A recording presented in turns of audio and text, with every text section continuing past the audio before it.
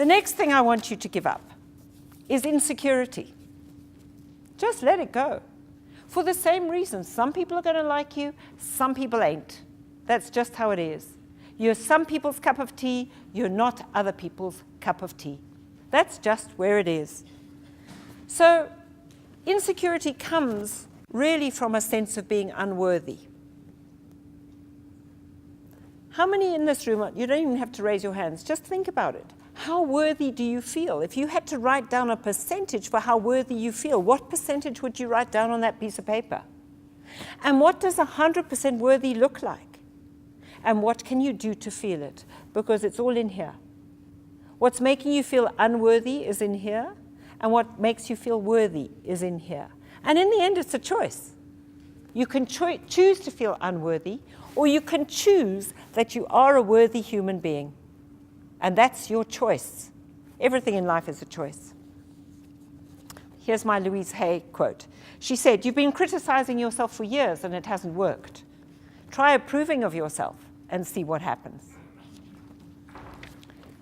So a good way to start practicing this is to start every day and think, what could I do today that would make me feel proud? And when you get into bed at night, reflect on your day and say, what did I do today that made me feel proud?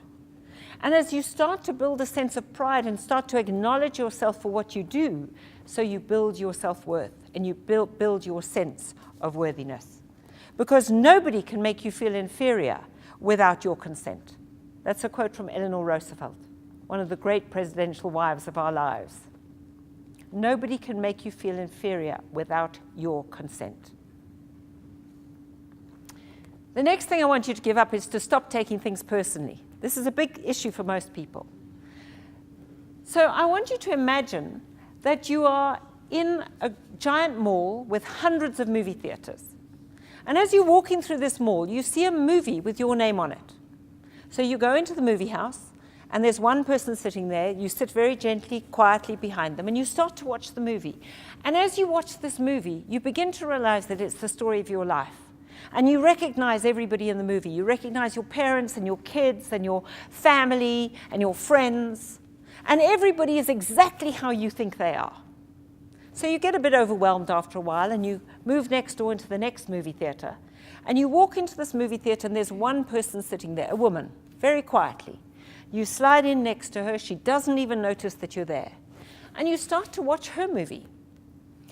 And you realize that you're in this movie.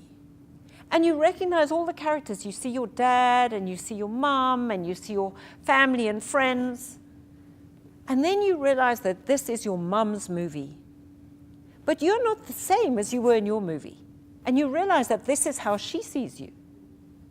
And then you see your dad. But it's not how she sees him is not how you see him at all.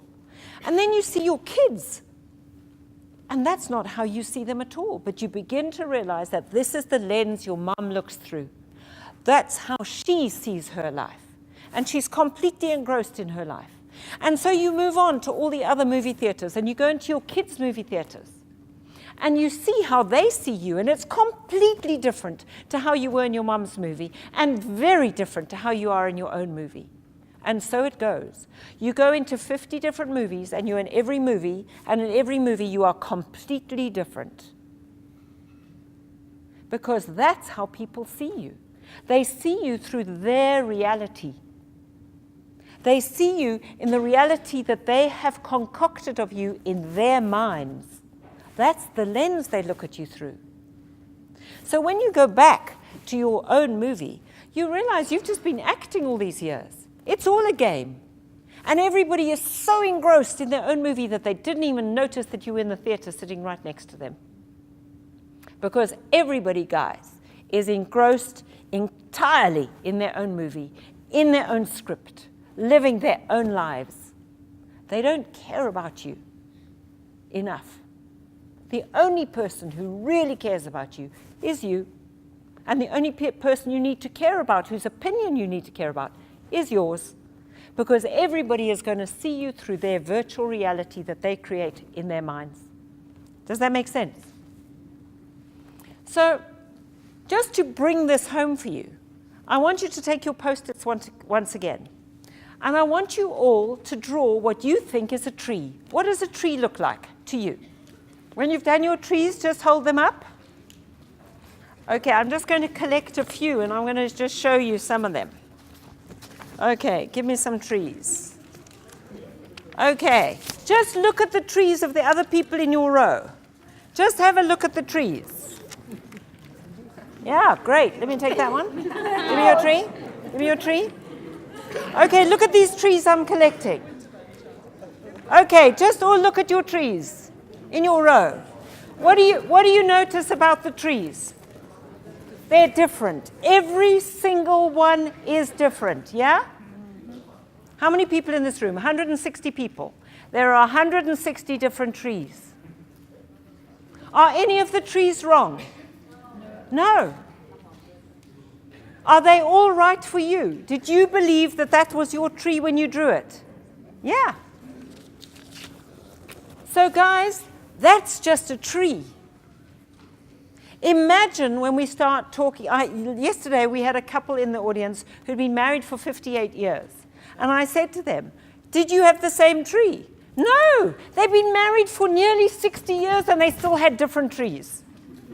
So it doesn't matter how long you live with someone, you will always have a different tree.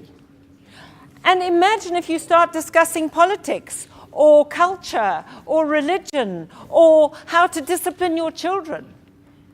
I mean, these are fractious topics to discuss. You can't even get the same tree, guys.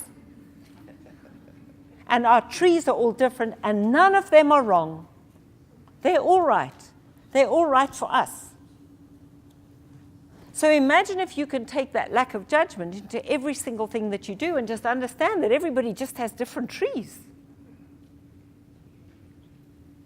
We have different everything. And everybody drew a tree through their own lens, through their own belief system of what they think a tree looks like.